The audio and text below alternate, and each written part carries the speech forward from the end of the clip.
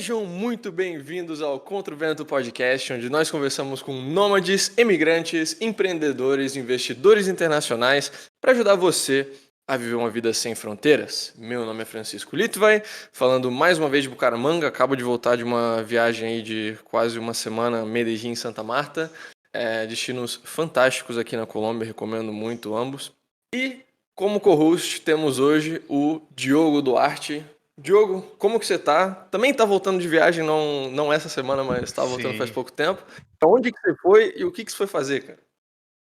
Fala, gente, eu sou o Diogo, eu sou gerente de marketing da CETI. Eu estive em Porto Alegre para o Fórum da Liberdade e falo da gloriosa República do Rio de Janeiro. E estou bem, estou ótimo, feliz Marcamos de estar, presença Amanda, lá. marcando presença. E se tudo der certo, vamos marcar presença em mais estados do Brasil esse ano, que o pessoal reclama que a gente não faz meetup. Ah, não faz meetup em São Paulo, não faz meetup em Minas. Nós vamos fazer meetups com todo mundo. Como o meetup de Porto Alegre foi muito bom. O Meetup Acre provavelmente vai demorar um pouco, mas Tem que achar, né? especialmente Sul-Sudeste a gente vai ser... a gente se esforça. Bom, no episódio de hoje falamos com Amanda Dutra, brasileira, nômade e especialista em carreira internacional. Ela já morou em mais de 4 países, entre eles Itália, Portugal, Romênia e hoje ela está na Irlanda.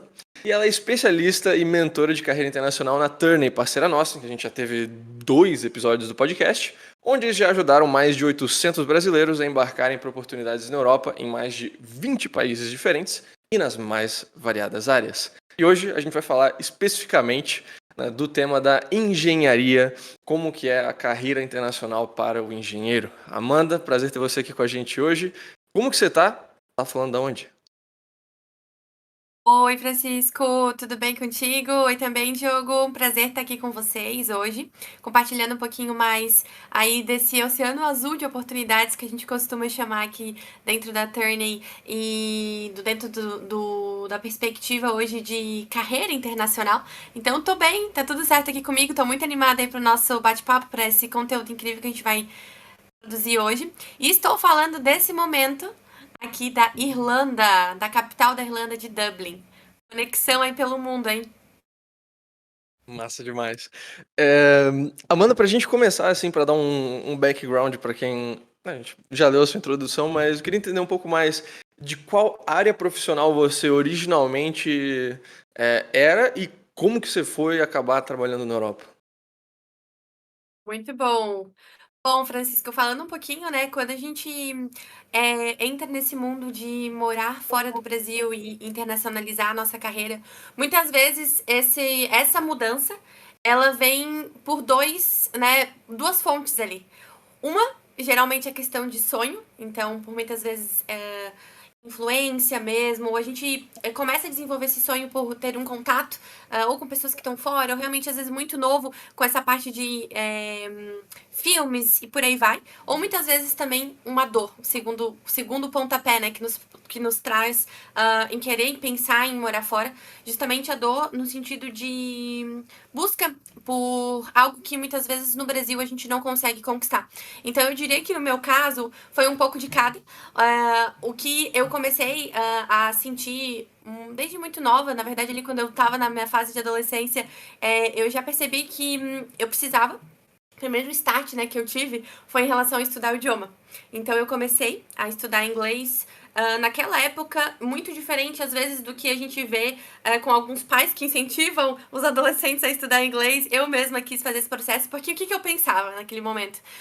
Não quero me limitar. Então eu já começava a ter aquele sonho do morar fora, não sabia muito bem aonde, ainda era muito nova para ter essa perspectiva, mas sabia que isso ia acontecer e eu ia estar me preparando para isso. Então, durante a minha trajetória, eu por formação sou engenheira, me formei em engenharia civil. Na época, lutei muito para fazer uma universidade pública, porque acreditava que o meu sucesso profissional dependeria disso. Depois eu desmistifiquei tudo isso da minha trajetória, mas na época passei, enfim, em universidades lá em Santa Catarina federais e ralei desde muito cedo, né? A nossa trajetória quando a gente entra entra numa graduação é de começar a trabalhar muito cedo. Então, ali no meu terceiro semestre de faculdade, apesar de ser muito difícil, eu ter que me dedicar muito para a parte dos estudos, eu também comecei a fazer estágio. Sempre com o foco de me tornar, né, uma profissional, de expandir e não me limitar. E foi aí que, dentro desse mundo, eu tive a oportunidade, ainda no estágio, de trabalhar numa multinacional, uma construtora muito grande no Brasil, que já atende tanto no Brasil quanto em outros países. E eu comecei a perceber o modelo tradicional ali, de caminho, no sentido de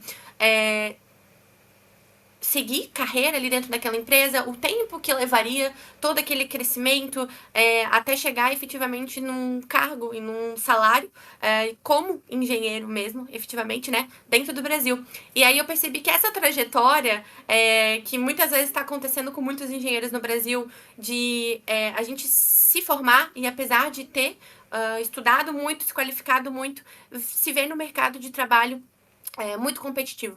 Então, para até muitas vezes, e eu senti isso na pele, né? A gente conseguir se distanciar no sentido de poder sair de casa, se bancar realmente, anos para crescer numa empresa, uma concorrência altíssima, e aí que a gente entra num limbo.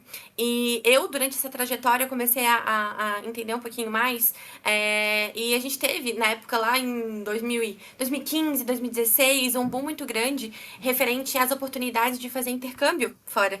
Na época, o Ciências Sem Fronteiras, e do Ciências Sem Fronteiras abriram muitas outras oportunidades. Uma delas foi a que eu tive para conseguir estudar fora do Brasil. E aí foi o meu primeiro contato fazendo um intercâmbio, já começando a trabalhar fora do Brasil, que na época foi em Portugal.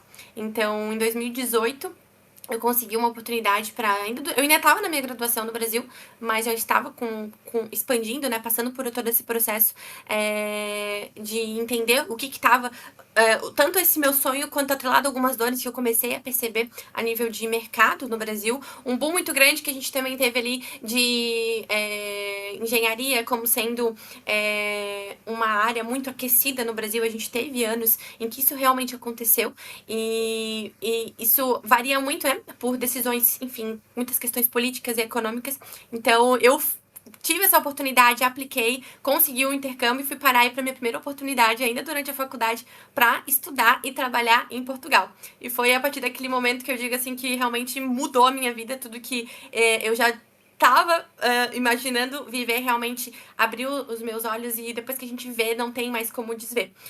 Toda a questão de poder lá em Portugal andar sozinha, em qualquer horário, era algo que eu sentia muito no Brasil, mesmo indo e voltando da faculdade, como eu fazia muitas vezes de ônibus, e não me senti segura, né, em ter que andar o tempo todo segurando as minhas coisas e, enfim, olhando para trás. E quando eu vivi essa realidade em Portugal, de poder andar sozinha com qualquer coisa que seja de eletrônico, de poder viajar com muita frequência, muito conectado, muitas vezes até de carro, né, de ônibus, de trem, chegar em outros países, de ter essa convivência com pessoas do mundo todo, essa troca cultural, de idiomas também. Então, para mim, foi muito difícil quando eu voltei para o Brasil, no sentido de poder finalizar a minha graduação, que eu já estava ali no final, já estava ali na 8ª fase, mas realmente, assim, foi uma virada de chave, e foi nesse momento que eu tive a confirmação de que a minha trajetória, ela viria, e com muito foco na Europa.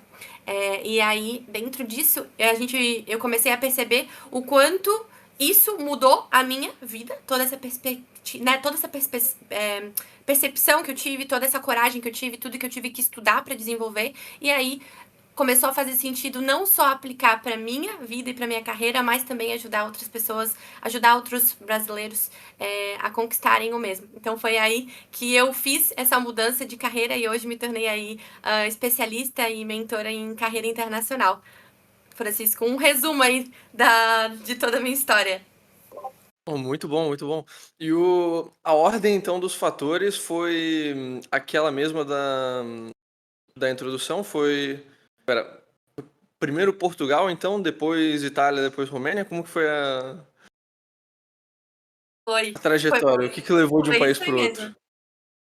Foi isso aí mesmo. Então, como que aconteceu, Francisco? dentro de Portugal, que foi a minha primeira experiência, que esse mundo se abriu, e tanto para mim, e depois eu comecei a vislumbrar isso para ajudar outros brasileiros que estivessem passando pelo mesmo, ou ainda estivessem travados lá no Brasil, por não conseguirem vislumbrar como seria possível realmente eles construírem a carreira deles fora, com todo o conhecimento. Isso aqui a gente hoje está falando muito forte também para os engenheiros, né? Assim como eu também sou engenheira. E aí a minha trajetória foi, iniciei por Portugal, depois disso, efetivamente o projeto começou a crescer, a gente começou a ter cada vez mais procuras por pessoas querendo entender mais sobre como internacionalizar a sua carreira. A gente começou a ter cada vez mais demanda, e foi aí que eu, junto com a Turning, a gente começou a expandir esse projeto, e chegou um momento que eu fiquei 100% focada em realmente auxiliar e trazer essa parte de mentorias de carreira internacional. E nesse momento que eu me tornei também nômade. E foi aí que, depois disso, eu comecei a aproveitar um pouco mais essa questão de mudança de país. Então, tive um tempo morando na Itália, um país já muito conhecido, muito querido pelos brasileiros, principalmente pela questão da descendência, né, que muitas pessoas têm, pela questão de cidadania. E também passei um tempo morando na Romênia. E esse período que eu tive morando na Romênia foi bem diferente, até mesmo para mim, e mais diferente ainda para as pessoas que talvez muitas vezes conheçam um pouco da Romênia. E são países que, quando a gente fala a nível de Europa, é um nome que não é muito conhecido, né? Se comparado aí com Portugal, Itália, Espanha, Alemanha e por aí vai. Então foi realmente nessa sequência, Se e tiver depois da 1000 Romênia. brasileiros na Romênia, é muito, né? E se eu falar que eu acho que durante o tempo eu fiquei lá foram 3 meses, se eu não me engano, eu encontrei, nesse período, eu acredito que 2 brasileiros. Não foram muitos realmente, foram poucos. O pessoal tá mais focado em Europa Ocidental mesmo. Europa Oriental é raro encontrar brasileiro. Acho que com algumas poucas exceções, como, sei lá, Hungria, que eu vejo que tá crescendo legal. Ou o Danilo da nossa equipe, que tá por lá. Mas sim. Por onde, Danilo? O Tá Danilo direto ali pelos pelo Balcãs, leste leste europeu. europeu, Grécia. Exato. E assim, quando a gente já fez alguns episódios voltados, por exemplo, para a área de TI, e o pessoal, né, sempre dá alguns países específicos como principais destinos, né? No caso de TI, Estados Unidos, Alemanha, Suíça, Reino Unido, Estônia, sabe? Tem alguns pontos focais.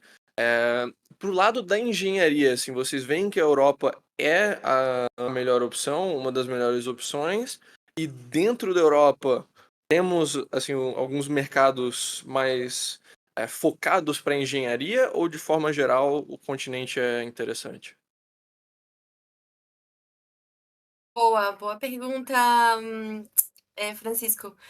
Quando a gente fala, tá, de Europa e de oportunidades, quando a gente fala, na verdade, de oportunidades para o engenheiro fora do Brasil, e quando a gente começa a entender um pouco do momento que a Europa está vivendo, as coisas começam a se conectar.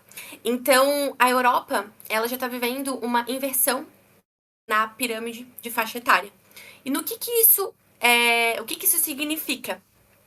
A população já fazem anos que eles têm menos filhos, né? Então a taxa de natalidade é menor, e ao mesmo tempo a população tem vivido mais, então a expectativa de vida tem aumentado dos idosos. O que isso traz pra gente de realidade, né? Falta de mão de obra para a máquina rodar.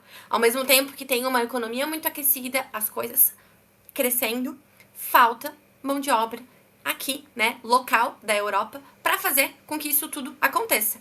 Então, essa escassez de mão de obra, principal de todas as áreas, e quando a gente fala de mão de obra qualificada, ainda mais, como é o caso dos engenheiros, é que nos traz essa perspectiva de um cenário, um oceano azul de oportunidades, tá? Então, não é à toa que hoje muitos países aqui da Europa têm criado até mesmo tipos de vistos específicos que facilitam a vinda de pessoas que não são europeus, então mesmo quem não tem cidadania conseguir aplicar por um visto, e a gente chama aí dos vistos de critical skills. Pode mudar um pouco a variação de país para país, mas em geral são vistos onde tem maior demanda e muitos deles os engenheiros estão qualificados. E aí a gente começa a entender também na questão de aquecimento de mercado, e eu trago um pouquinho do porquê a Europa. Então, quando a gente começa a entender que o estilo de vida ele muda muito, então isso está muito atrelado com o que você busca também. O que a gente tem percebido cada vez mais? As pessoas têm buscado um work balance, que é realmente ter um equilíbrio melhor entre vida pessoal e trabalho.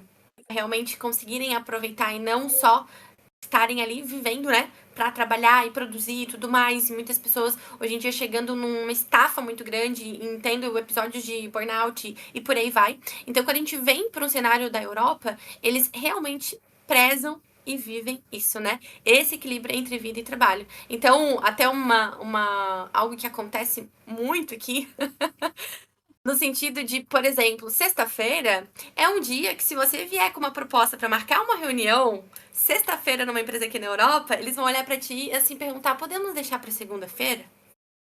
É muito urgente para realmente ter que ser na sexta-feira? Por quê? Porque eles já estão ali se preparando, enfim, para o final de semana, muitas vezes 2, 3 horas da tarde. Aqui na Irlanda, por exemplo, que eles gostam muito de ir para pubs, né, beber a pint, a famosa pint aqui na Irlanda. 2, 3 horas da tarde, o povo já tá ali, ó, né, se preparando, já saindo. Até mesmo durante a semana, essa questão de horários, que a gente não vive no Brasil, né? É muito engraçado porque no Brasil, se você cumpre o teu horário, todo mundo te olha de cara feia. Né? Como assim? Tá saindo no horário, a pessoa fica até com vergonha ali. Não, tem primeiro meu chefe sair pra depois eu sair na sequência, porque senão fica uma situação muito complicada.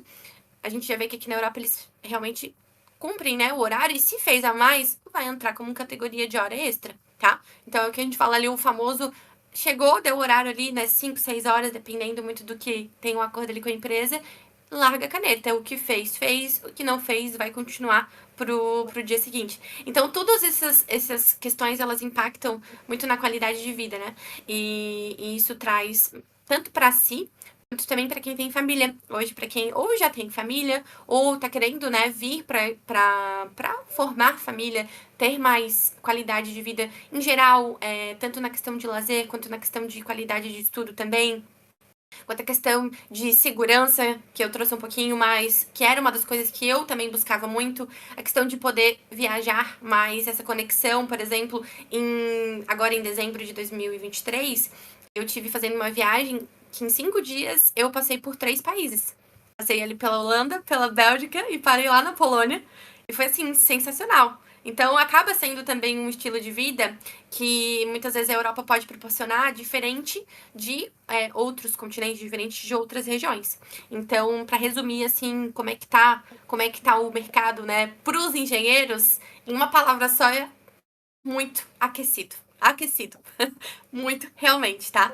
E aí, quando a gente começa a entrar um pouquinho mais na questão de, por exemplo, de oportunidades, só para vocês terem uma ideia, hoje, somente aqui na Irlanda, tá? Nesse momento, através de uma das plataformas que a gente tem aí, que hoje é a principal, o LinkedIn, a gente tá com quase 5 mil vagas, tá? Em abertos aí para engenheiros.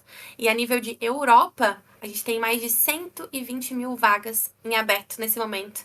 Então, isso traz ainda mais dados para confirmar que sim, é um mercado realmente muito aquecido nesse momento para os engenheiros, e um pouco mais do que né, trouxe, o que gerou toda essa situação e por que torna-se muito vantajoso construir a carreira, né, e os engenheiros começarem a mirar para esse oceano de oportunidades aqui na Europa, Francisco.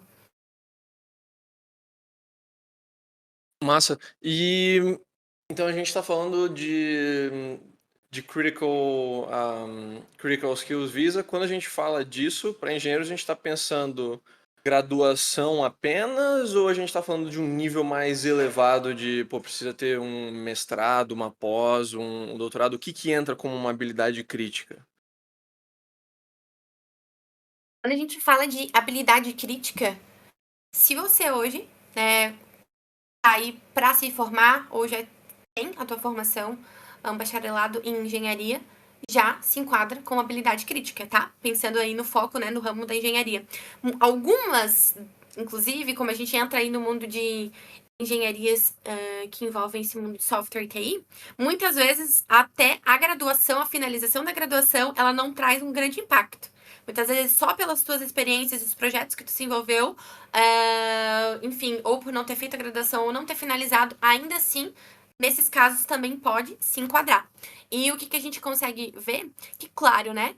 Profissionais que fazem um mestrado traz ainda mais um diferencial, pode trazer, mas não é um pré-requisito, né? Um pré-requisito, então, para eu ser critical skills, eu preciso ter um mestrado? Não.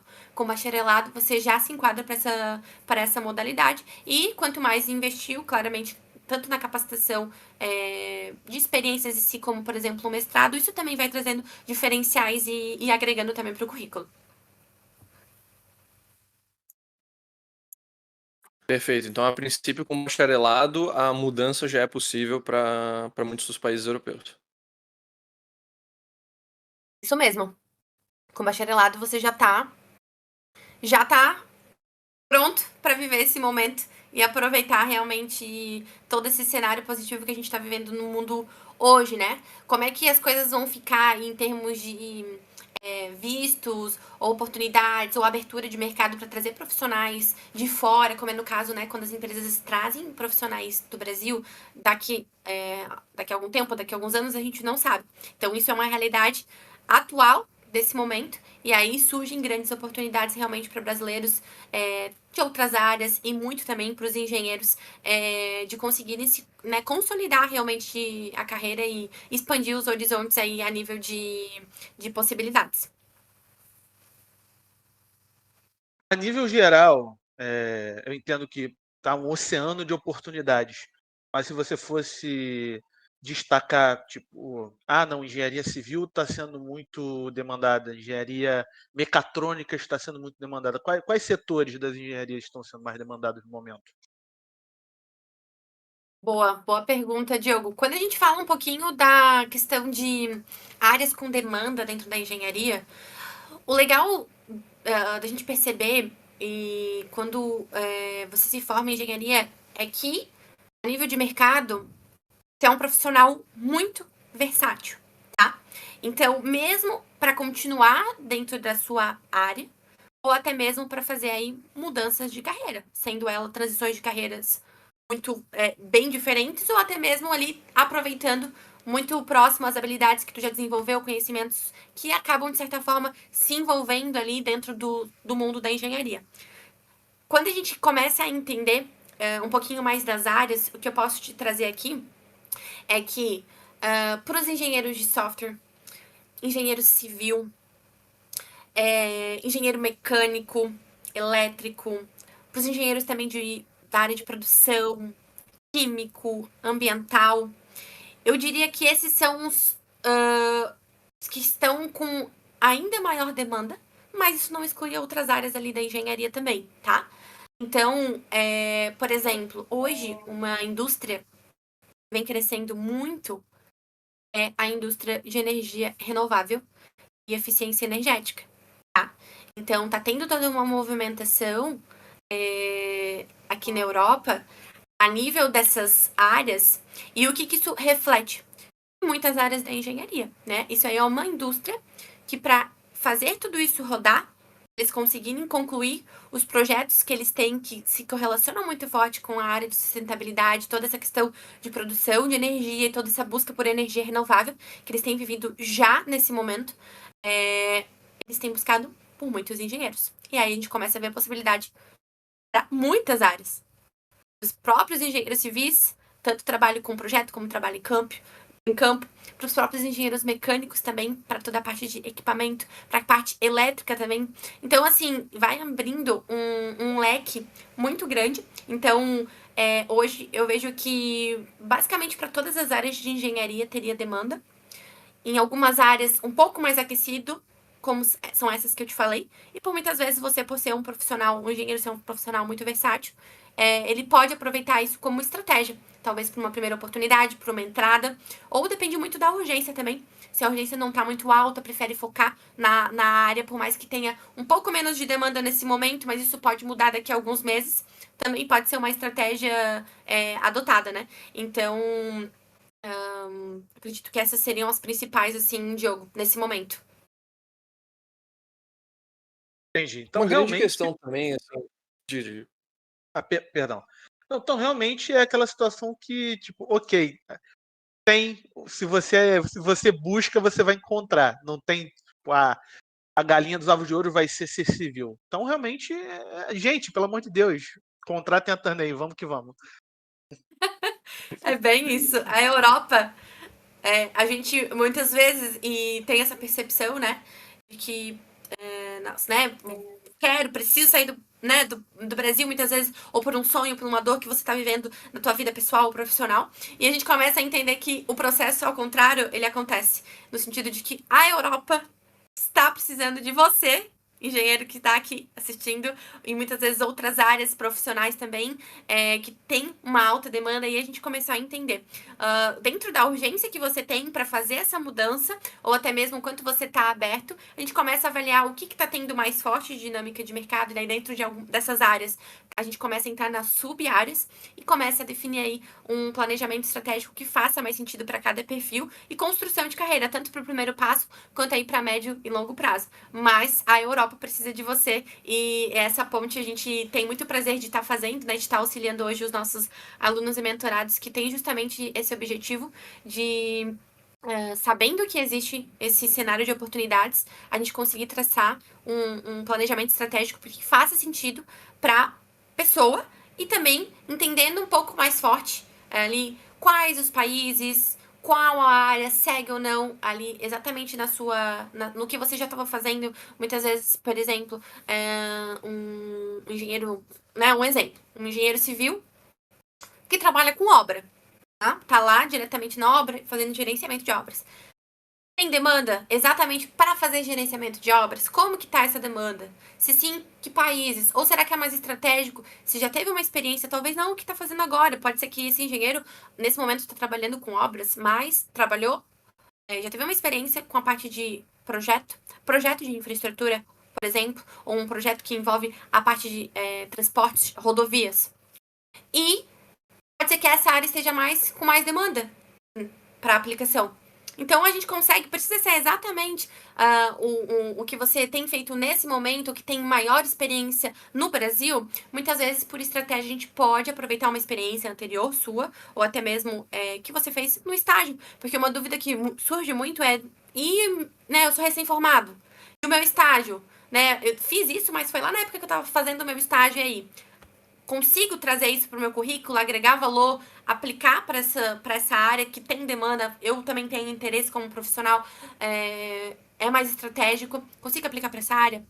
Sim, consegue, tá? As tuas experiências de estágio também são muito válidas. E é muito diferente, porque quando a gente fala de estágio aqui na Europa, os europeus, eles seguem um outro padrão, né? Então, eles ficam, durante o período da graduação, só estudando. Depois, quando eles se formam, é que eles vão começar o processo de estágio e aí somente trabalhar. E nós não, né? A gente acaba trazendo isso, como foi o meu caso, né? Desde a terceira fase da minha graduação, eu já comecei a fazer estágio. Então, tudo isso agrega para o currículo e conta sim. Mesmo tendo sido um período de estágio, você estava dentro do mercado de trabalho e muitas vezes a gente sabe como que é o estágio no Brasil. Ele acaba sendo como se você estivesse trabalhando normal, né? A gente chama de estágio, mas você se envolve em tudo no projeto, participa de todas as etapas, é muito rico, é muito denso, tem muitos aprendizados, então é sim muito valioso para esse processo de internacionalização de carreira também. Uma dúvida que eu queria puxar o meu padrão de referência é sempre a TI, né? Porque eu sou formado em informática de negócios também, e a gente já teve vários convidados também do ramo de TI. A questão do idioma. No caso, o pessoal de TI basicamente trabalha com inglês, né? Independente de onde ele está. Se o cara está trabalhando em Singapura, ele está trabalhando na Alemanha, está trabalhando em lugares diferentes, o pessoal de TI geralmente consegue trabalhar só com o inglês. Como que você vê isso a nível da engenharia? Assim, é uma carreira em que você precisaria aprender mais do idioma local? Imagino assim, especialmente eu tenho uma amiga, por exemplo, que foi trabalhar na Alemanha e ela estava na indústria automotiva. E a indústria automotiva na Alemanha é alemão. Assim, ela teve que aprender alemão para conseguir realmente se comunicar com o pessoal de chão de fábrica mesmo. Como que você vê essa questão do idioma? Se serve o inglês, precisaria aprender algo mais? E precisando aprender algo mais, assim, quais que são os top idiomas para o pessoal que vai trabalhar com engenharia na Europa? Muito boa essa pergunta, Francisco. Quando a gente começa a entender, e a gente entra na Europa, a gente tem diversos idiomas aqui dentro dos países, os idiomas, e dentro de alguns países existem até mais de um idioma que a população fala. E quando a gente fala de internacionalização de carreira, para os engenheiros, se hoje você tem inglês no nível acima do intermediário, né, intermediário, avançado ou mais, que consiga manter uma comunicação, e é claro, muitas vezes palavras técnicas e no dia a dia você vai conseguir desenvolver o que tá faltando aí no sentido de conversa, principalmente a parte técnica. Então, hoje, o inglês, ele é o primordial. Até mesmo para quem não tem inglês, ainda não tem inglês, ainda só toca o inglês básico, a gente também vislumbra oportunidades, só que elas se limitam muito mais. Então, acaba se limitando muito mais, principalmente a nível de país. Então, a gente acaba tendo que trazer um foco maior para Portugal, e aí isso já pode trazer limitação também, muitas vezes, para entender o mercado de Portugal, as áreas dentro da engenharia, pode já se tornar necessário, muitas vezes, uma transição de carreira, uma mudança, tá? Até mesmo ali, enfim, vai depender muito do momento que Portugal está vivendo. Agora, quando um profissional que tem um nível de inglês acima do intermediário, ele já consegue trazer o foco para os outros países. E aí a gente começa a entender que, por exemplo, você como profissional vai procurar trabalhos principalmente em empresas, em multinacionais, e muitas vezes em áreas, por exemplo, tu trouxe o exemplo, a questão da tua amiga, né? Tá trabalhando no chão de Uhum. fábrica na Alemanha. Se tá trabalhando no chão de fábrica na Alemanha, vai precisar também do alemão. Por quê? Porque tá trabalhando direto com pessoas com uma menor qualificação, não tá num cenário ali com pessoas trabalhando muito lado a lado ali, por exemplo, diferente de alguém que trabalhe mais focado com gerência de projetos. Então, se esse engenheiro, ele tá trabalhando mais forte com gerência de projetos, pode ser que tenham muitos engenheiros na empresa com que ela tá trabalhando que não precisem de alemão. Então depende muito essa conexão com a área, ela pega também e efetivamente com o trabalho que tu tá desenvolvendo. E aí a gente começa a entender que com o inglês é o suficiente? Sim, é o suficiente. Vão ter vagas também em outras línguas? Vão ter vagas. E quando você sabe um outro idioma, te aumenta ainda mais o leque. Mas aí, então, qual idioma que faz sentido aprender? Varia muito do objetivo que você tem, tá? Então, se o teu objetivo ele for meramente profissional, no sentido, Amanda, eu quero aprender um idioma que vão me pagar mais por isso, que vai me abrir mais leque para profissionalmente eu ter mais oportunidades. Então, se a gente foca só no profissional, a gente pode trazer aí muito forte idiomas como muitas vezes é o próprio espanhol, porque tem realmente uma abrangência muito grande de países que falam esse idioma, então vai abrindo leque, eles têm uma população né, falante desse idioma muito forte, então o espanhol, a gente começa a enxergar também o próprio alemão. O alemão também, tanto para a potência que é a Alemanha, como para outros países que também tem esse idioma ali como parte, ou principal, ou faz parte dos idiomas. Como foi o teu caso, acho que na Áustria, né, Francisco? Também teve muito Uhum. contato com o alemão, não teve? Sim, total, total. Então, e aí o alemão e eu diria também o holandês, assim, principais. O mais interessante é a gente avaliar também caso a caso a área que a pessoa tem, né? A área que a pessoa trabalha dentro da engenharia, para conseguir trazer uma resposta ainda mais individualizada. Mas, vislumbrando, aí a gente consegue enxergar esses três principais idiomas. Isso meramente profissional. Por quê? O que a gente tem também? Vida pessoal. Então, se a gente tá falando aí com uma pessoa que tem o sonho muito forte, então, nesse momento eu tô aberto para as oportunidades, mas futuramente eu tenho um sonho, por exemplo, de morar na Itália. tá? Tem um sonho muito forte de morar na Itália. E o que isso muitas vezes vai afetar na escolha também de um idioma. Não adianta você estar aprendendo alemão se o teu sonho, no final das contas, é morar na Itália. Tá? Vai usar profissionalmente falando é muito bom, mas e pra vida pessoal? Lá na Itália eles têm costume, né, no dia a dia e convivência e outras coisas que tu vai fazendo no teu dia a dia, até mesmo profissionalmente, é mais estratégico que você aprenda italiano. Então, essa questão de unir o pessoal com o profissional vai impactar também nessa decisão, porque é uma decisão que vai muitas vezes te trazer um bom tempo de dedicação, né? Vai ser um aprendizado aí de um terceiro, quarto, quinto idioma, dependendo da pessoa. Então tem que fazer sentido num contexto geral. Então eu traria esses principais pontos para ser avaliado, tanto a nível de objetivo pessoal, quanto também profissional, avaliando um pouco mais a experiência e a área de cada pessoa. Acho que até um ponto que eu gostaria de trazer, que a gente gosta de mencionar muito também, é a questão da diversificação e a quantidade de opções que você vai ter com um certo idioma.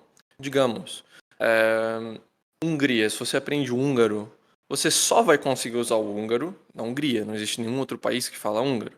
Você, então, se acontecer algo com a economia da Hungria, ou se eles começarem sei lá, dificultar os modelos de imigração, que a pessoa não consegue depois manter um visto de residência, ou enfim, sabe, se acontece algo com aquele país, o seu investimento das centenas de horas, talvez milhares de horas que vão levar para você ficar bom naquele idioma, você não tem um plano B para o qual aquele idioma sirva.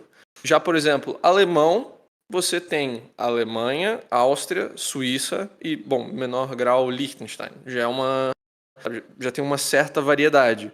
Francês você tem França, mas você também tem Luxemburgo, você também tem Bélgica, você também tem Suíça, tem Mônaco. Espanhol, ok, espanhol na Europa é só a Espanha mesmo, mas aprendendo espanhol, se acontecer alguma coisa, sei lá, a nível da Europa mesmo, que, não sei, alguma guerra atinge a Europa, você ainda tem o espanhol que pode usar no México, pode usar aqui na Colômbia, pode usar na Argentina, pode usar no Chile, pode usar no Uruguai, pode usar em outras jurisdições, né? Então, claro, tem valor em você ser o raro brasileiro que fala húngaro ou que fala finlandês, realmente, você vai ser um cara especial por isso, né? Todo mundo que busca esse tipo de coisa, então também tem um certo valor de nicho, mas pensando num futuro de longo prazo em que nenhum país a gente nunca consegue saber o futuro de um país 100%, eu recomendaria a pessoa buscar idiomas que ela vai ter pelo menos 2 outras opções de países para morar, para buscar oportunidades caso aconteça alguma coisa, né? Então, eu pessoalmente, para mim, não pro caso de uma pessoa individual que tem as suas próprias preferências, mas, por exemplo, eu preferiria aprender francês que italiano, porque o francês, pelo menos, sabe, tem mais gente que fala, tem mais países que fala, e se fala em vários continentes também, né? Se pode ter uma utilidade mais internacional. Não sei como você vê isso, mas assim, é nessa direção que eu iria mais. Isso mesmo, eu concordo, Francisco, faz todo sentido. E aí a gente começa a entender que justamente tanto é impacto do país que você quer morar, como é impacto de pessoas falantes do mundo. Porque muitas vezes você tá trabalhando aqui na Europa, mas tá tendo contato. A empresa é uma multinacional que tem sede em outros lugares, ou que os clientes são de determinado país, então tem mais demanda por pessoas que falam aquele idioma. Então tudo isso acaba atrelando muitas vezes a estratégia de aprender realmente, escolher qual novo idioma tá aprendendo e colocando energia ali e avaliando essa dinâmica de mercado. E muitas vezes a escolha, a parte pessoal também vai influenciar. Então a gente tem muitos casos de pessoas que têm o sonho de morar na Espanha, né? Tem o sonho de morar na Itália. Será que isso já vai ser o primeiro caminho? Depende. Depende, a gente precisa entender mais se realmente faz sentido, depende se a pessoa já está na Europa, se ela ainda está no Brasil, o tempo de experiência que ela tem, os níveis o nível de a questão de documentação também, se tem ou não cidadania. Então, responder essa pergunta de forma genérica, não dá, depende de cada caso. Mas, quando a gente começa a entender que essa decisão de idioma, ela traz um impacto tanto profissional quanto pessoal, se a pessoa tem um sonho muito grande e por mais que não seja um primeiro passo, o destino quero muito na Espanha, talvez não seja o primeiro passo, isso vai variar.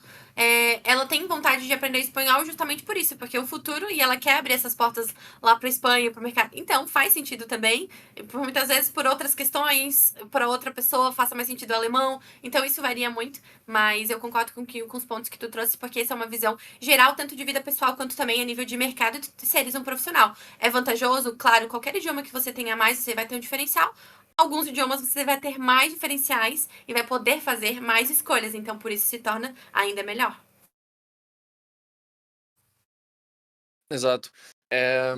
E, novamente, né, pensando em oportunidades internacionais, pensando em engenharia e tudo mais, a gente está falando principalmente de Europa, mas às vezes isso também abre portas em outros lugares que não Europa, né? Eu acabei indo trabalhar num país africano por um tempo, porque eu falava alemão e português, e o país falava português, mas os contratantes falavam alemão, eles precisavam de uma pessoa que fosse boa nos dois idiomas, eu acabei indo para a África por conta disso, sabe? Então é algo que, às vezes, não sei, se o cara aprende um idioma e, essa empresa agora é uma empresa alemã, mas eles estão fazendo um projeto de expansão, sei lá, no Quênia, ou estão fazendo um projeto de expansão na Turquia, alguma coisa assim, a pessoa acaba podendo até ter algumas aventuras, né, missões com base nisso, dependendo do que for fazer.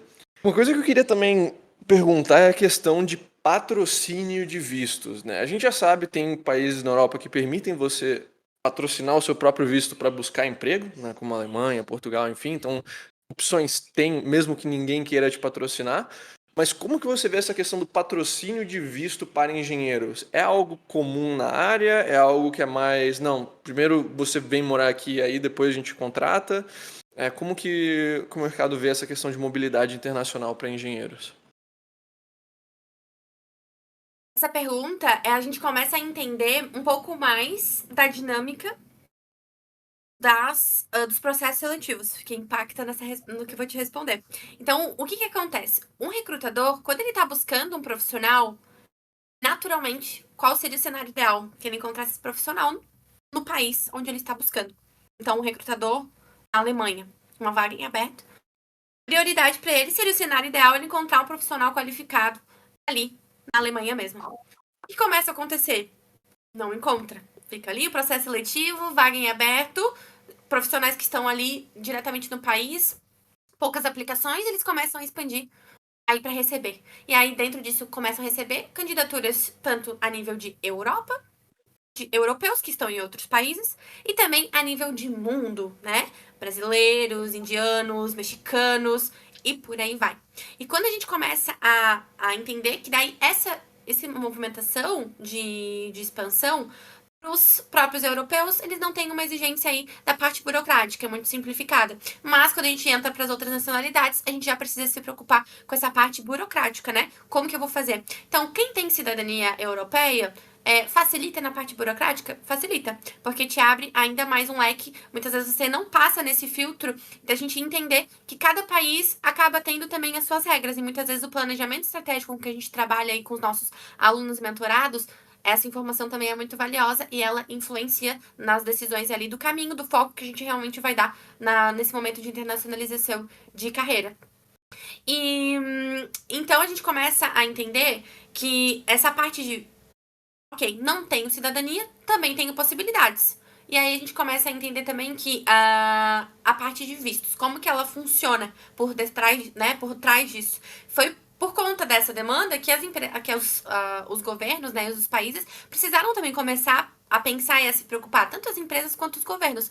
Como é que vai funcionar toda essa dinâmica para esse profissional chegar até aqui, né? Quanto que tá a nossa necessidade, a abertura, e aí começam a surgir as listas críticas também, porque as empresas começam a pressionar ali o governo. Estamos precisando de profissionais, esses profissionais precisam vir de fora, porque aqui no país, ou a nível de Europa, a gente não está encontrando como é que vai funcionar essa questão para a gente poder trabalhar com os vistos para que torne viável essa vinda desse profissional.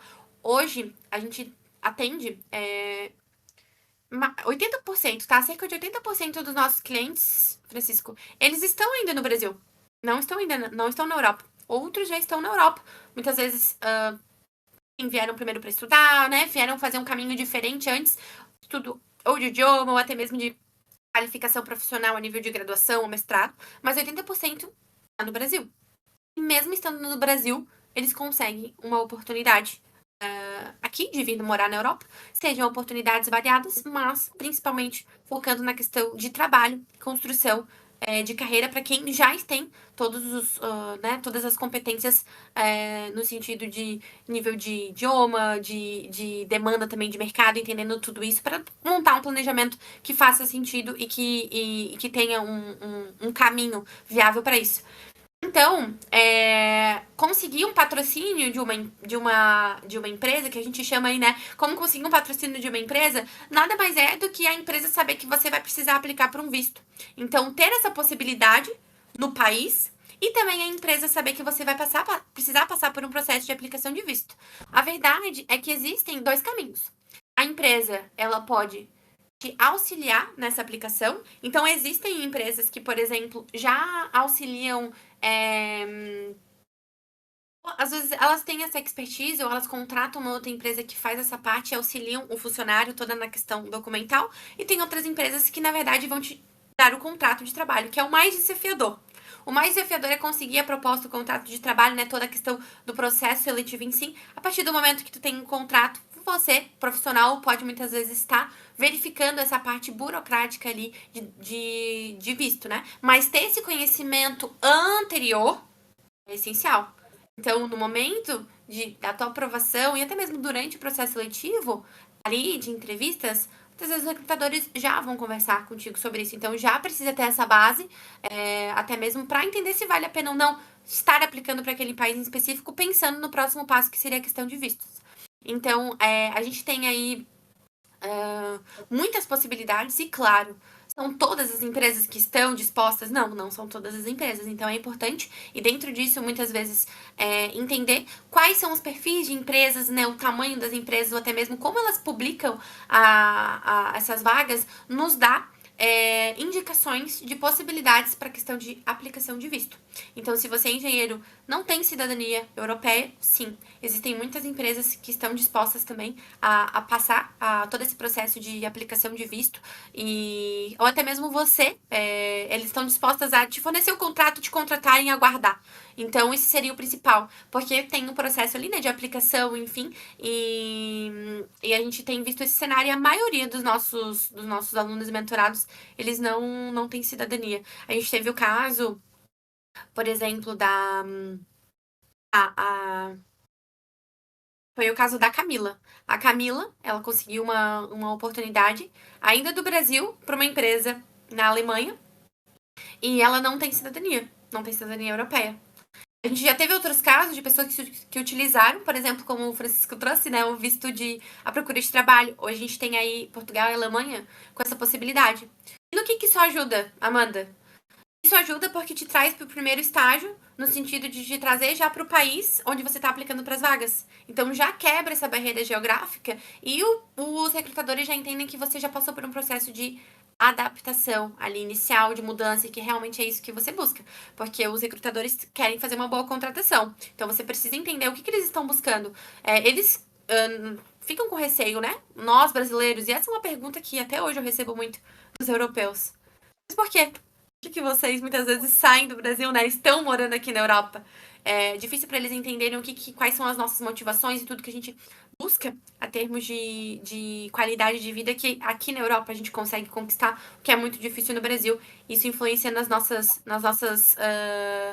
né, nos caminhos que a gente vai trilhando durante a nossa trajetória profissional e na nossa vida. Então, eles perguntam, muitas vezes eles não entendem, e eles ficam com receio. Será que vai se adaptar? Será que realmente é isso que quer? Eu aprovo essa pessoa, enfim, não continua aqui na empresa? Então, quando você já quebra, muitas vezes utiliza uma estratégia de quebra de barreira geográfica, como é o caso dos vistos da procura de trabalho, fortalece ainda mais de que você realmente tomou essa decisão, que veio preparado e realmente quer construir a tua carreira aqui. Então, já te aproxima ainda mais dessas oportunidades ali para depois fazer a troca efetivamente para um visto de trabalho, né? Para essa aplicação de visto. Sensacional. Essa questão de busca de emprego, então, né? De entrar, de já começar o processo seletivo a partir do Brasil e tudo mais. A gente já também falou de algumas plataformas, né? Tem plataformas diferentes para países diferentes ou para ramos diferentes. Quais são as principais plataformas de contratação de engenheiros que a gente está falando na Europa? É via LinkedIn mesmo ou tem alguma outra grande que vale a pena a pessoa estar lá e ter um bom currículo por ali? Quando a gente fala de plataformas, quando a gente entra nessa questão de plataformas, o LinkedIn, ele é ainda a plataforma líder. Tanto para você aplicar para as vagas, como também os recrutadores te encontrarem, porque eles têm essa parte muito forte ali, através do LinkedIn Recruiter. Como também para criação de networking, tem todo um cenário e isso já está muito popularizado. Então, acaba sendo a principal plataforma para você, engenheiro, buscar oportunidades de internacionalização na tua carreira. Além disso, a gente também tem algumas outras. Então, por exemplo, o Aero Engineer Jobs também é uma plataforma bem específica, focado para os engenheiros aqui na Europa, onde você consegue também ficar de olho nas oportunidades, fazer aplicações estratégicas por lá. E além disso, a gente tem algumas outras plataformas que se aplicam, acabam se aplicando tanto para engenheiros como também para outras áreas, como é o caso do Glassdoor, como é o caso do Indeed. E aí, a gente também começa a entender que alguns países podem ter plataformas que são muito comuns, não a nível de Europa, mas a nível de país. Então, como é no caso da Alemanha, a gente tem a Monster, tem algumas outras que são muito fortes na Alemanha, mas não a nível de outros países. Então, muitas vezes a questão do planejamento estratégico, ela envolve até mesmo em quais plataformas que você vai focar ali as suas aplicações, mas a maior de todas, nesse momento, é realmente o LinkedIn. Só que o que é interessante, né, e eu trazer esse ponto, porque é muito, muito valioso, quando a gente começa a entender a internacionalização de carreira, existem 3 regras principais para se ter sucesso no momento de construir a tua carreira internacional. A primeira delas é a etapa de base, que é traçar um plano de ação para o seu caso, para o seu perfil. Então, dentro disso, o que é importante avaliar? As tuas habilidades, tuas soft e hard skills. Se você tem o objetivo de viver sozinho, ou se você já tem família, ou se você tem cônjuge e quer construir família. Como que tá a questão da tua urgência, trajetória profissional, como que são os teus objetivos de vida, o que o mercado também tá precisando, que tá com maior demanda nesse momento. Então, tudo isso faz você entender o que é mais estratégico pro seu caso, né? E é estruturar um plano A, um plano B, um plano C, porque eu concordo, não dá para colocar toda a tua expectativa, né, numa única oportunidade. Se alguma coisa sai do eixo, você se vê ali sem outras possibilidades. Então, ter um planejamento, um plano de ação pro seu caso, é realmente o primeiro passo até para você também se conhecer. E aí, conhecendo você mesmo, conhecendo o mercado, fazer essa união. Por quê? Porque não adianta estar buscando, e é um ditado que a gente gosta de trazer aqui dentro da Turning, está querendo vender maçã para o mercado que está procurando banana, está precisando e buscando banana. Então, você precisa entender, né, essa dinâmica, tanto de se conhecer como entender o mercado e fazer essa união para traçar um bom plano de ação. Essa é a primeira regra. A segunda regra é entrar e conhecer muito bem os processos seletivos. E aí, dentro disso, as plataformas também. Então, como que funcionam, quais são os modelos de currículo, os templates de currículo, e ainda assim varia um pouco de... Alguns países têm modelos diferentes aqui dentro da Europa. Como estruturar a tua... no LinkedIn, por exemplo, um LinkedIn que tenha um alto impacto tanto para as tuas aplicações quanto para os recrutadores que estão ali todos os dias buscando por profissionais. Como que eles buscam? Quais são as principais palavras-chave que você tem que ter no teu currículo, no teu LinkedIn? Toda essa criação de networking também.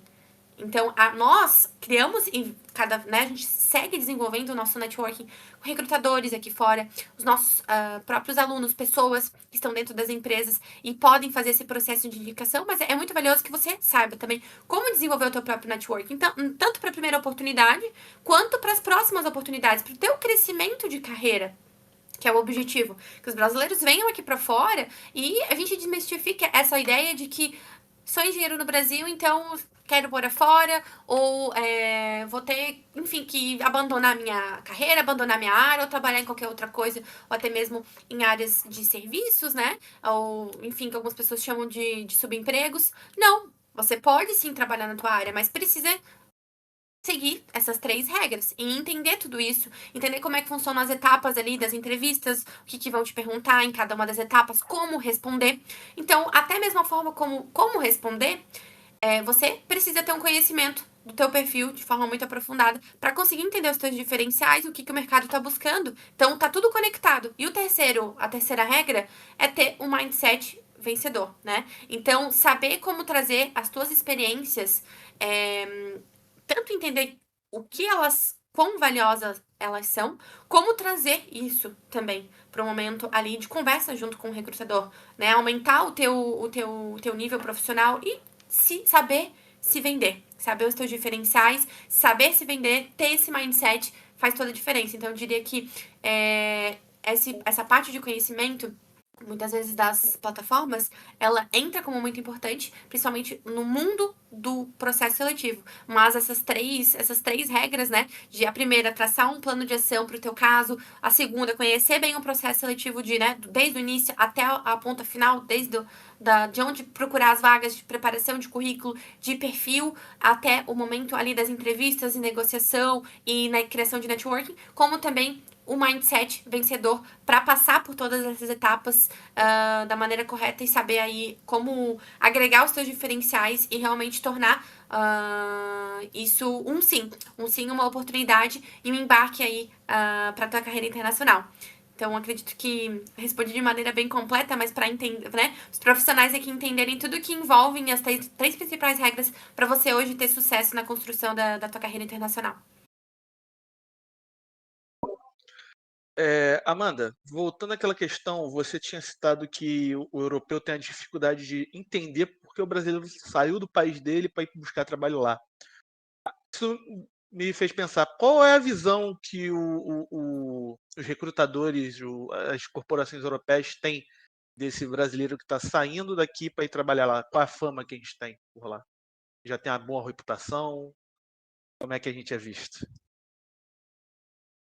Somos vistos, na maioria dos casos, como muito corajosos. Por quê? Porque a gente sai de outro continente, do outro lado do mundo, essa é a visão deles, tá? Pra vir pra cá, a gente já sabe muitas vezes um outro idioma, a gente já sabe o inglês, né, o start. Muitas vezes a gente sabe até um terceiro idioma. E as pessoas que estão nos países, né, muitas vezes por comodismo, sabem só o idioma do país. Alguns nunca nem foram para outros países trabalhar a nível de Europa. Imagina a gente que sai do Brasil. Somos vistos, sim, como muito corajosos por essa atitude e profissionais diferenciados, tá? Então, o que acontece? Por a nossa alta competitividade no Brasil, a gente se torna profissionais realmente peças-chaves dentro das empresas. E muitas vezes a gente não consegue esse reconhecimento dentro do Brasil, enfim, pela dinâmica. Por muitas vezes estar naquele looping. Para você entrar na empresa, precisa de experiência, mas você precisa de experiência para começar. E aí fica naquele looping, tá? Mas até os próprios estágios hoje estão pedindo experiência. Mas como assim? No Brasil?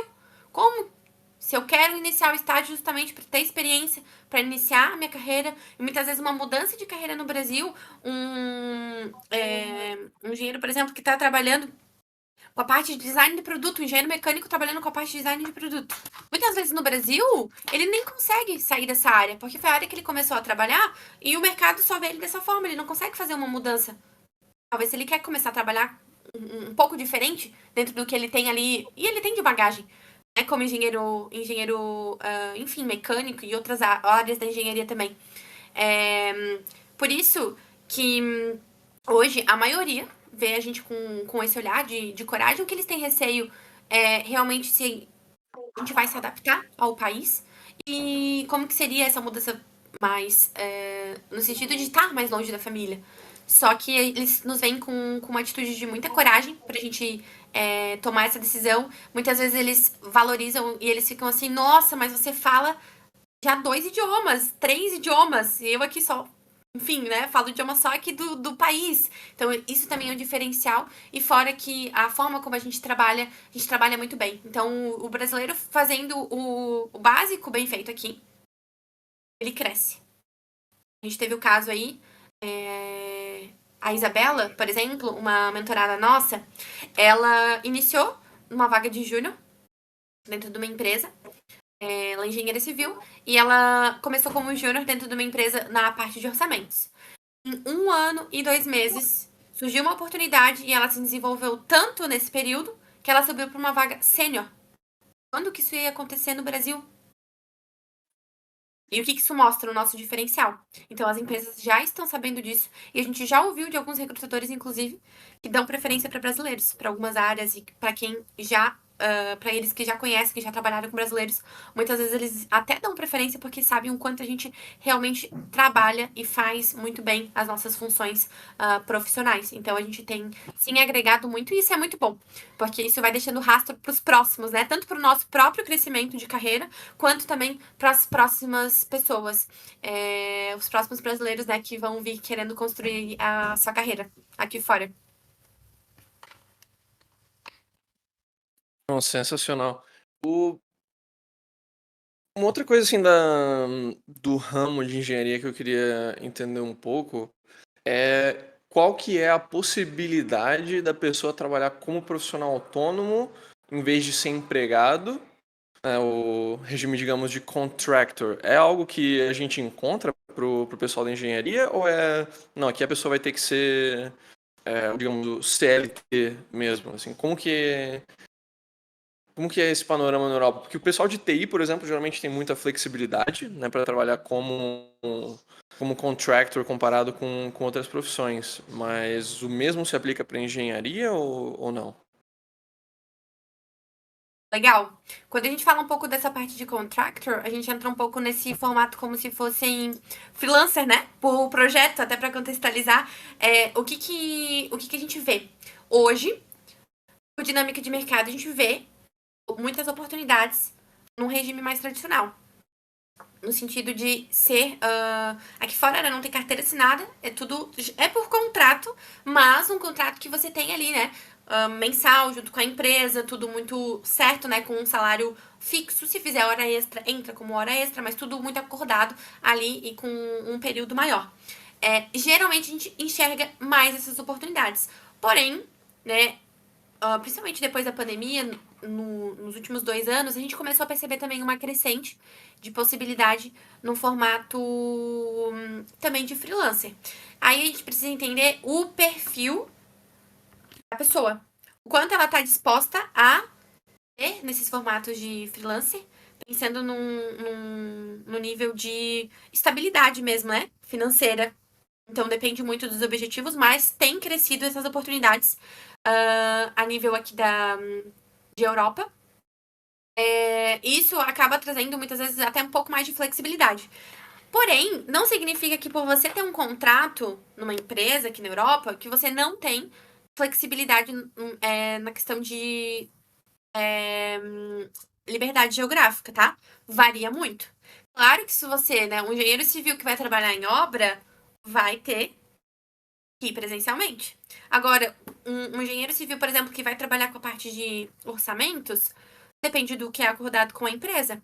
Muitas empresas, e mesmo para a questão de contrato, mesmo como se fosse um CLT, né? Um CLT aqui na Europa, nesse formato, se você trabalha com projeto, tem muitas empresas que você, na verdade, está no país. Então, conheço muitos profissionais que estão aqui na Irlanda, moram aqui na Irlanda, mas não vão presencial. Trabalham home office. Tem a garantia de um salário fixo todo mês. Inclusive, alguns deles aproveitam até essa união e empreendem paralelamente. Já vi muitos e muitos casos. Então, eles têm a garantia ali de um fixo muito interessante em euro e empreendem paralelamente, né? No resto do período, enfim, tem uma rotina mais flexível e aproveitam essa situação. Então, depende muito do perfil. Existem essas oportunidades? Existem. Aí precisa entender qual que é o teu foco, o teu perfil, se você hoje consegue trabalhar muito bem nesse formato mais autônomo, como é que funciona para ti a nível de organização e perfil. E muitas vezes também qual que é o teu objetivo final.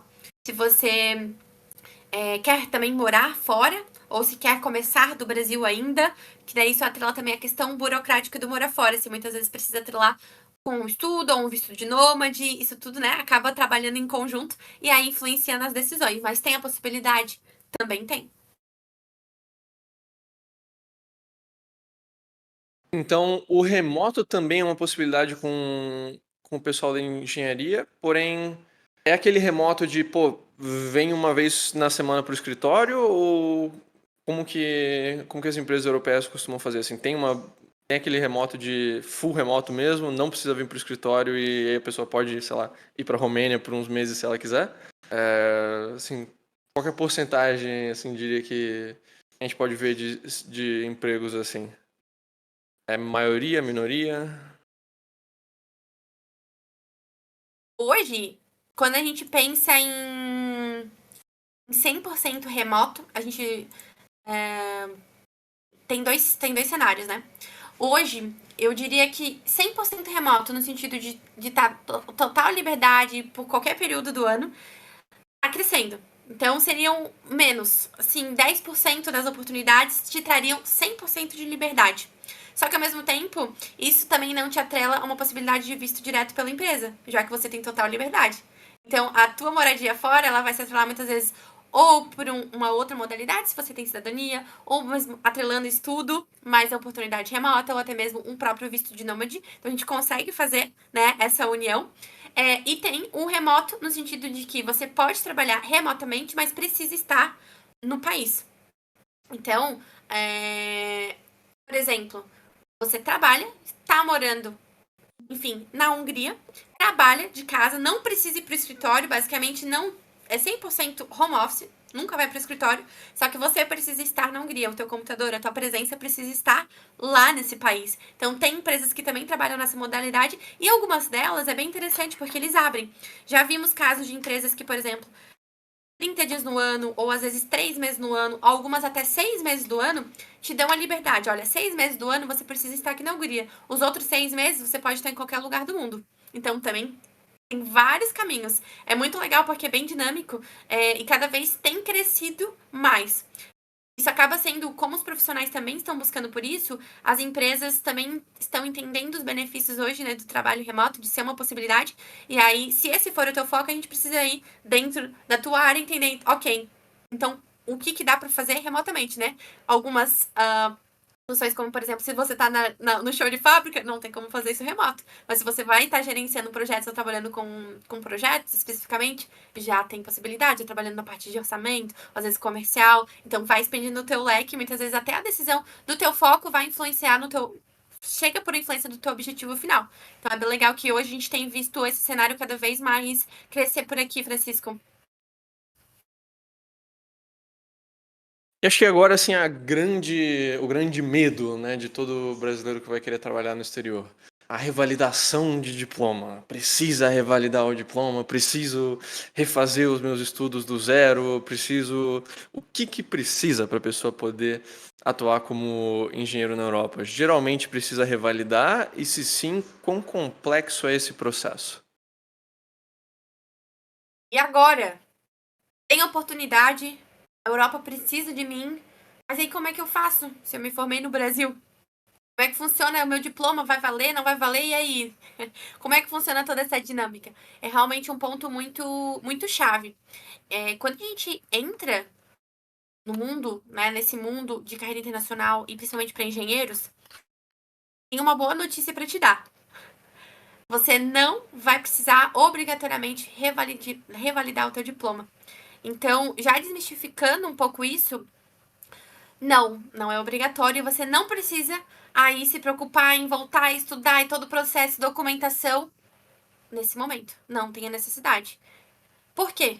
Tá? Porque a tua experiência prática e o teu conhecimento aplicado, eles valem mais do que até mesmo o teu diploma. E o que acontece? Claro, você não vai poder ser o engenheiro que assina o projeto ou que assina enfim, né, a responsabilidade daquela obra e por aí vai. Só que isso é muito comum. Então, normalmente, o dono da empresa, um engenheiro responsável, ele é o que assina. E todos os outros engenheiros, eles não têm a necessidade, a obrigatoriedade de terem o diploma revalidado, de estarem inscritos ali no conselho da profissão, tá? Então, não tem essa necessidade. E por que isso acontece, né? E por que isso existe também? O primeiro passo é a gente entender que o quê? Os europeus, eles vão acreditar em você. Então, muitas vezes, tá? Tem recrutador que não vai nem te pedir o teu diploma, mesmo traduzido e apostilado. O que a gente indica? Traduz para o idioma, inglês, ou quem sabe até para um outro idioma, e faz o apostilamento de AIA, porque isso traz uma validação, né? Comprova que esse documento é original. Agora, a nível de você poder se inscrever no conselho, aí precisaria passar por uma revalidação. Só que não tem essa necessidade. E alguns recrutadores, eles não vão nem te pedir isso. Alguns até vão te pedir.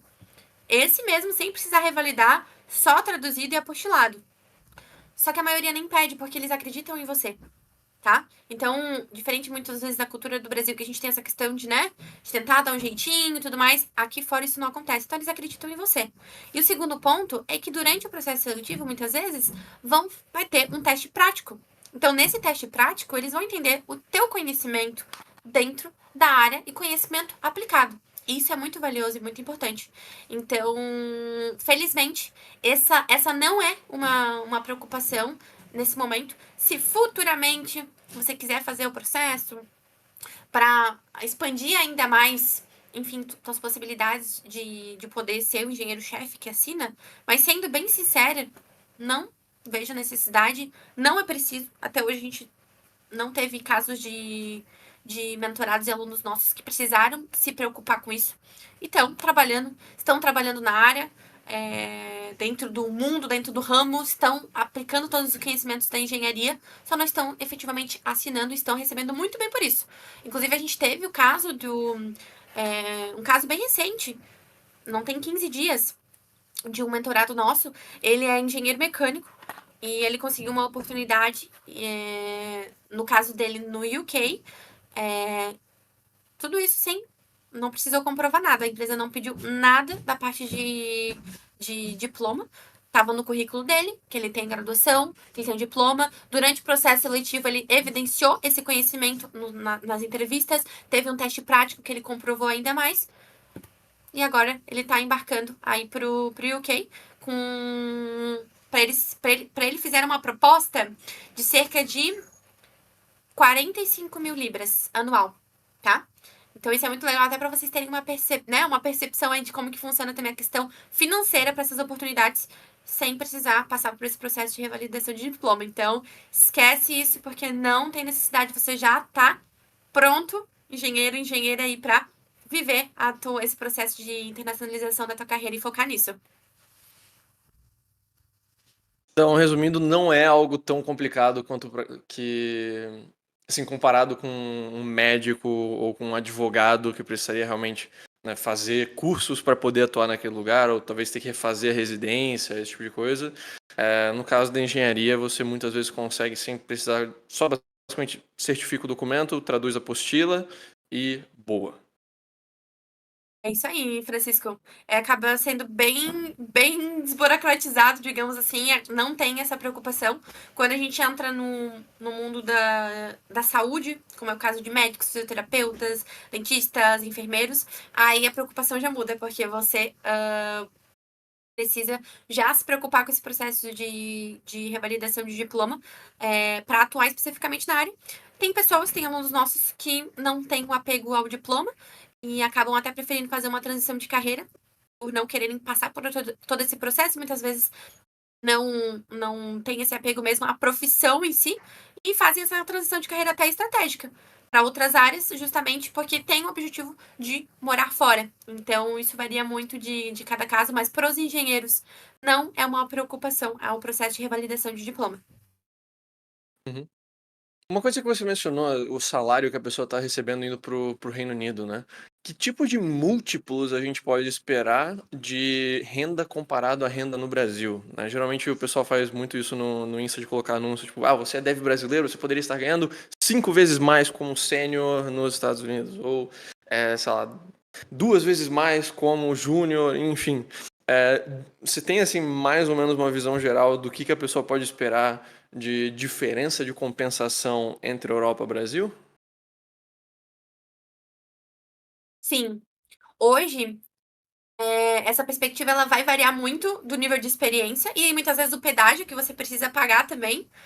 Vou sair já do Brasil para uma vaga que na Europa, então, exatamente no mesmo cargo que eu tô no Brasil? Depende.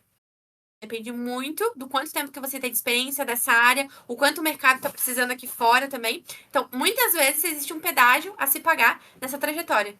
Mas mesmo nesse pedágio, você vai já receber mais do que o seu alto cargo, talvez que você já esteja aí no Brasil. Então, hoje, há uma média, os engenheiros conseguem tirar aí de 3 a 5 vezes mais aqui na Europa do que no Brasil. E isso pode aumentar a depender da própria construção de carreira. Isso no primeiro, na tua primeira oportunidade. Depois, isso pode seguir aumentando. E vai. E chegar aí até 10 vezes mais do que talvez seria o teu teto no Brasil. O teto aqui seria até 10 vezes mais do que poderia alcançar no Brasil.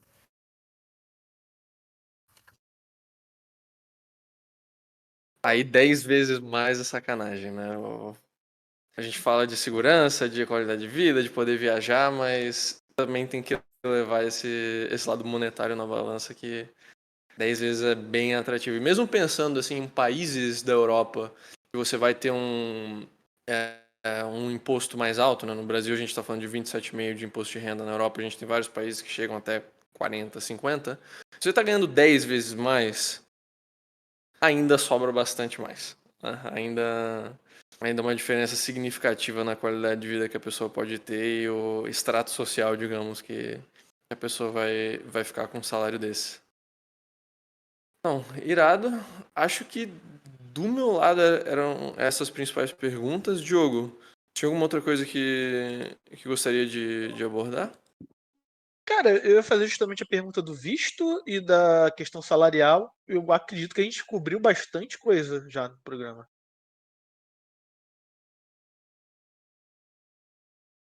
Amanda, tem Beleza? alguma.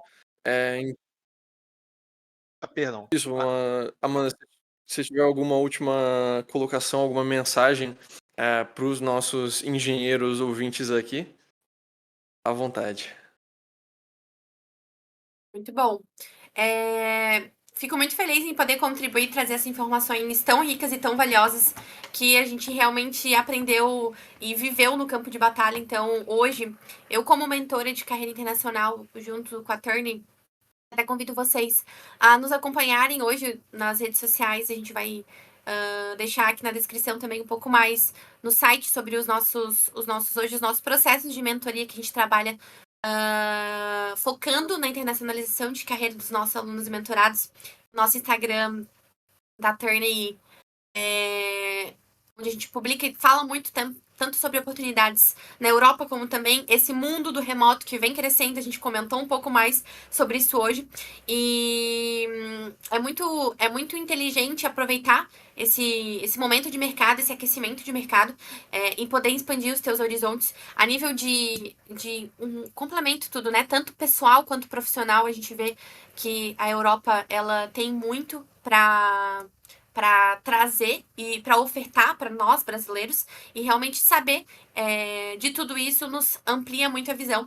E hoje a gente tem feito esse trabalho incrível, já são aí mais de 800 vidas transformadas, carreiras e famílias que através do trabalho que a gente vem fazendo nos últimos 4 anos aqui dentro da Turning, realmente sensacional. E eu convido você que ficou interessado em saber um pouco mais, entender como é que funcionam os nossos projetos, os nossos processos aí de mentoria de carreira internacional para te guiar desde o primeiro passo até realmente entender todos esses caminhos. A gente trabalha muito forte, todos esses 3 pilares do sucesso que eu comentei hoje com vocês para a construção da tua carreira internacional.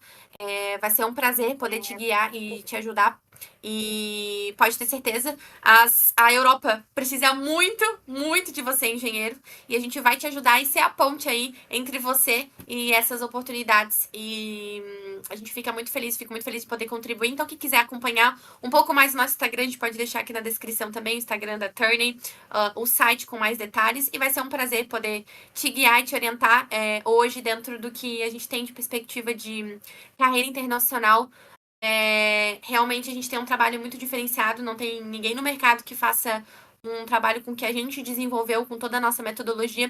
Inclusive, a gente patenteou, a gente tem patenteado aí o método de conversão de perfil, realmente por a nossa experiência na prática de todos esses processos que a gente vivenciou por nós mesmos e depois criou a metodologia e aplicou aí, tá tendo resultados.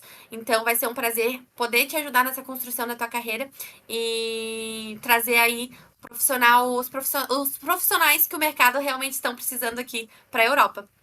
Acredito que é isso, e eu agradeço muito o convite também de todos vocês, do Diogo e do Francisco, para poder trazer um pouco mais aí de conhecimento sobre esse oceano azul de oportunidades e deixar esse convite, essa pulga aí atrás da orelha, né, para os engenheiros que muitas vezes estão sentindo o mercado muito competitivo e muito saturado no Brasil, no sentido de conseguir uma oportunidade que você realmente tenha valorização profissional e que você consiga crescer também. E, por outro lado, o cenário aqui da Europa é o contrário. A gente tem uma demanda, uma máquina rodando e por falta de profissionais qualificados. Então, pode estar aqui uma possibilidade de você crescer e crescer muito e construir aí uma vida de muito sucesso e um estilo de vida muito diferenciado que só aqui na Europa a gente consegue ter realmente.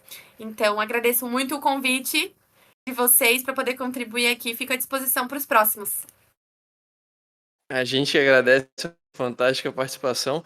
E rapidinho, Amanda, antes de a gente terminar, para quem quiser seguir a Turney nas redes sociais ou conhecer mais do trabalho de vocês, claro, a gente vai deixar o link da consultoria de carreira aqui na descrição do podcast, então veja no Podia ou no Spotify, onde quer que você esteja ouvindo aqui.